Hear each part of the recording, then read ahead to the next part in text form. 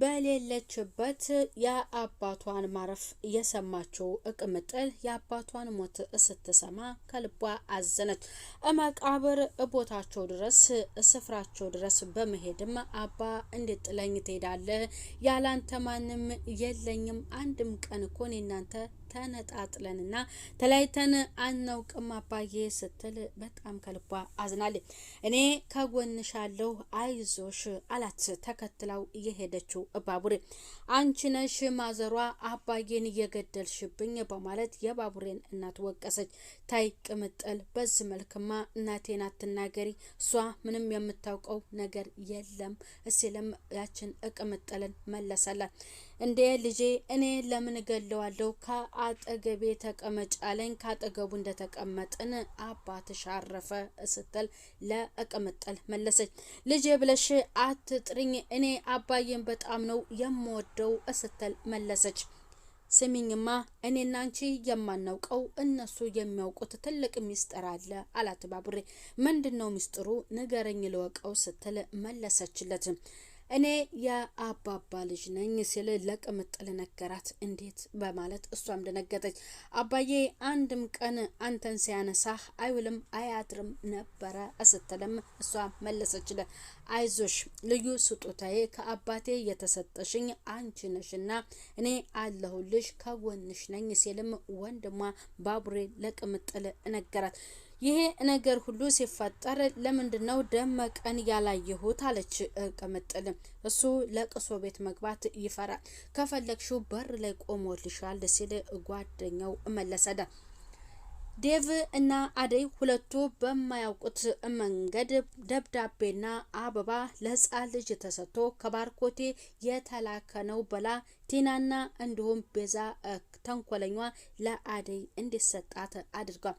አደይና ዴቭ ቁጭ ብለው እያወሩ አንቺማ አደይ ጠግበሽብኛል እኮ አላት ዴቭ። እንዴ ዴቭዬ ለምን እንደዛ ትለኛለህ ስትል መለሰችለት። እንሂድ ስልሽ አልሄድም ትይኛለሽ ሲል መልሶላታ። እዚህ ተቀምጬ በሰው ታስመጣለህ አይደለ አይ ዴቭ እያለች እየሳቀችን። አትሳቂ፣ የማን አበባ ነው የተቀበልሽው? ይህስ ምንድን ነው የመጣልሽ አላት ኮስተር ብሎ። እሷ ግን ከዴቭ የተላከ መስሏት ሁለቱንም ይዛ እየሳቀች ነው። ንጥቅ አድርጎ ደብዳቤውን አነበበ። እኔ ያንቺው ባርኮቴ እያለ ደብዳቤውን ለማንበብ ጀመረ። ሲያደርግ አደይ ግራ ግብት አላት። ፍቅር ተንኮለኛ ዴቭን ስለምትፈልገው ሁለቱን አንድ ጋር ለማቅረብና ከአንቺ ኋላ መታ ዴቭን የግሉ አደረገችው። ባርኮትና ኮ አደይ ሁለቱም እስካሁን ይጠያየቃሉ ብላ ለፍቅር ነገረቻት። ከወንድሜ ጋር እስካሁን ይጠያየቃሉ ማለት ነው ስትል ለቤዛ መለሰችላት። ስልክ እያወራች ወንድሟን ደመቀ ተቀምጦ ነበር። ይቺን ቤዛ ምን እያሰበች ነው? ይቺ ተንኮለኛ አንድ ነገር ታስብና አለቃትም አለ። ሁለቱ ስለ ገንዘብ እየተነጋገሩና ስለ ስራቸው እንዴት አድርገው አደይን መጉዳትና ከዛ ቤት ማባረር እንዳለባቸው እየተመካከሩ ድንገት ከች ብሎ ምን እያሰባችሁ ነው በማለት አስደንግጧቸው ሁለቱም ተርበተበቱ። በሉ ሁለታችሁም በአንድ አቅጣጫ መንገድ መሄድ የለባችሁም፣ አንደኛሽ በዚህ አንደኛሽ በሌላ መንገድ ሂጂ በማለት በተለያየ ቦታ ወይንም መንገድ እንዲሄዱ አድርጓቸዋል።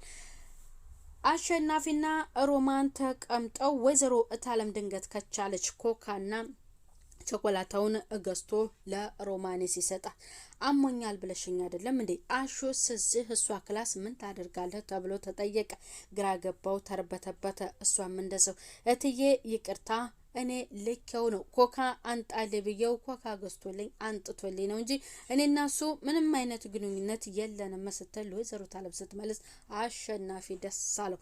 ምክንያቱም ይችን ሀሳብ ያመጣችለት ሮማኔ ስለሆነ በአመት አንድ ጊዜ የሚመጣ ወታደር መሰልክ በዚህ መልክ አቅፎ መሳም ሮማኔን ምንድነው ሲል ለደመቀ ነገር።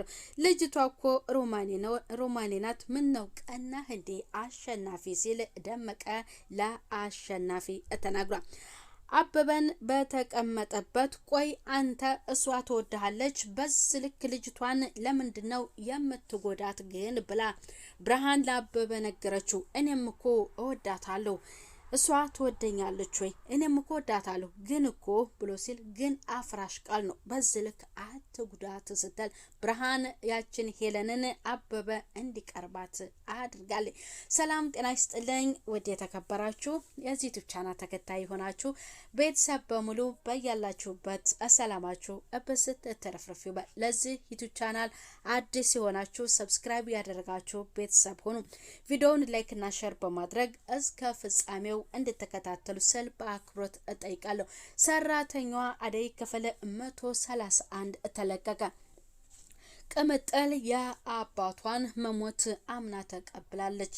መቃብር ቦታቸው ድረስ ወይንም ስፍራቸው ድረስ በመሄድም እሳቸውን እንግዲህ እያነሳች ለመጽናናትም ሞክራለች። ወንድሟ የሆነው ባቡሬም የሷ ወንድም እንደሆነና እንደገና አጠገብሽ ነኝ ምንጊዜም እኔ አለሁልሽ በማለት የኔ ልዩ ስጦታዬ የአባቴ ልጅ ነሽ አይዞሽ ብሎ እሷን እያጽናናት ይገኛል። ደግሞም አባዬ አደራ ብሎኛል አንቺንና ማየን ሲል ለቅምጥል ነገራት። አንቺ ነሽ የገደልሽው አባዬ አንድም ቀን እኔ ያለሁኝ አንድም ነገር ሆኖ ያቅም እንዴት እኔ እንደሄድኩኝ ሞቶ አገኘዋለሁኝ እንዴት በማለት የባቡሬን እናት እየወቀሰች ትገኛለች። የባቡሬ እናት እኔ የማውቀው ነገር የለም ልጄ በዚህ መልክማ እኔን የሰው ነፍስ አጥፍተሻል ብለሽ እንዳትወቅሽኝ ስትል ለቅምጥል መልሳላታል። ከጎናቸው የሆነችውና ያስጠጋችውን ባቡሬን በባቡሬ እናት ተመስግናለች። ለምለም እንዴት የተባረከች መልካምና ገር ጥሩ ሴት ናት የተጠጋሃትና ያገኘሃት በማለትም ለባቡሬ ነግረውታል። ባቡሬም በዛ አመስግኗታል። ሊሊን ኪችን ድረስ በመሄድ አመስግኗታል። አረ ይህ ለኔ አይገባም ለምን ይሄን ያህል ትለኛለህ ስትል ሊሊ መልሳለታል። የአደይ አባትም የደመቀ ወደ ከተማ መመለስ አስደስቷቸዋል። በቃ እሱ በመጣበት እዛው ያስቀረው ያበበ ነገር ቶሎ ቶሎ ጨርሱልኝና ለምን እንደመጣ ነገሩን አጣሩና ከዚህ ከቀዬ አባሩልኝ በማለት ለአለልኝና ለሄለን አጎት ተናግሯል። አለልኝ የተባለው ለሄለን አጎት ይህ ሰውዬ ስራው እነሱን እንደዛ ካደረገና የነሱን ነገር ከጨረሰ በኋላ ወደኛ መምጣቱ አልቀረም ይሄ ነገር በማለት እንድንጠነቀቅ ብሎ ለሄለን አጎት ነግሮታል። እሱም በዛ ደስ ብሎታል። የሄለን አጎት አበበ እዚህ ቀዬ ሰፈር የመጣው ምን ሊሰራ ምን ሊያጣራ ነው ሲል እሷን ጠይቋታል። የሷ ባለቤቷ ወይንም የድሮ የተዋት ስለሆነ ፍቅረኛው እኔ ምንም የማውቀው ጉዳይ የለም መስት እውነቱን እነግረዋለሁ። በዚያም ደግሞ ከእሱም ጋር እንድትቀርብ ያልፈለገው አጎቷ እና እሱ የመጣበትን ነገር እውነቱን ግልጽ አድርጋ እንድትነግረው ፈልጎ ነበረ። እሷ ደግሞ በጭራሽ ግን ከእሱ ከተዋት በኋላ ሌላ ሰው ወይንም ሌላ ወንድ በሰፈር ማግባት እንደማትችል እሷ ያ ነገር አሳስቧታል። ለምን ይሄን ያህል ትጎዳታለህ? እሷ እየወደደችህ እሷ እየጠበቀችህ አንተ ወደ ውጭ ሀገር እንደሄድክ እኮ ስትመለስ ካንተ ጋር ህይወቷ እንደምትቀጥል ነበር ያሰበችው ብላ ብርሃን ነግረዋለች። እሱ ደግሞ እሺ በቃ ብሎ ብርሃን ያለችውንም የአባቱን ጉዳይ ከጨረሰ በኋላ ከሷ ጋር ህይወቱን እንደሚኖርም ይሄን ነገር በራሱ ወስኖ ወደ ድሮ ወደ ሄለን ተጠግቷል ማለት ነው። ቅምጥልም ለቅሶ የመጡትንና አጠገቧ ተቀምጠው ሀዘኗን የተካፈሏትን አመስግና አለች።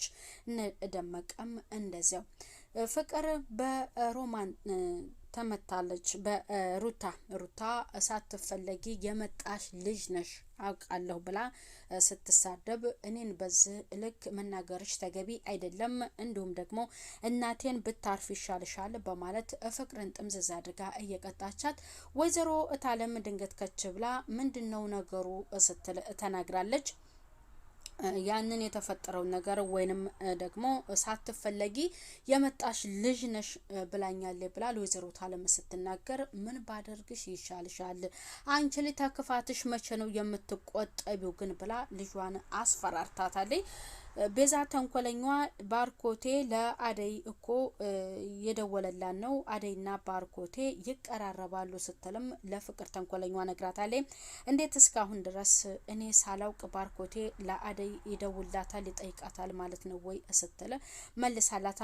አንቺ ግን ታሳዝኛለሽ፣ አደይ ከኋላሽ መታ ዴቪድ ላፍ አደረገችው አንቺ እያለች እሷ ከአደይ ጋር ጸብ እንድትፈጥርና ያነሳሳቻት ትገኛለች።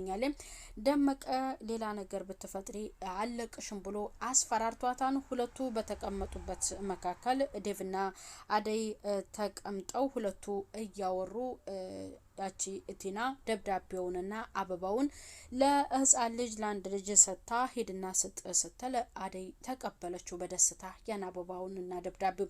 ዴቭ ቀራለው ምንድነው ብሎ ኮስተር አለ። እኔው ተቀምጬ አብረን ተቀምጠን እዚሁ እያለን እንዴት ለሰው ታስልካለ አይ ዴቭ እያለ እየሳቀች አበባዋንም ይዛታል።